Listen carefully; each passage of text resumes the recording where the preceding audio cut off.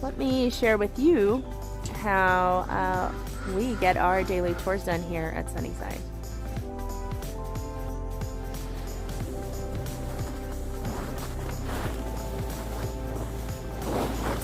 I'm here just getting my some of my daily chores done that I have to do on our little hobby farm.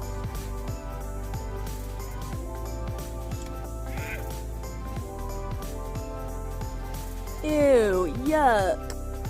So that includes checking waters, checking feeders, checking for eggs. 3 nice ones. Checking up on Myrtle, because right now she's got a bad case of bumblefoot.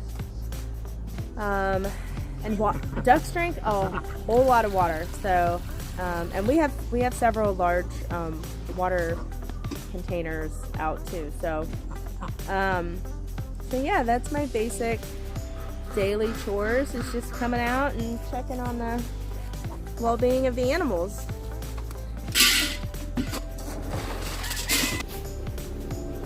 This definitely isn't a daily chore, but today I will have to refill the chickens' feed can here because it's really low.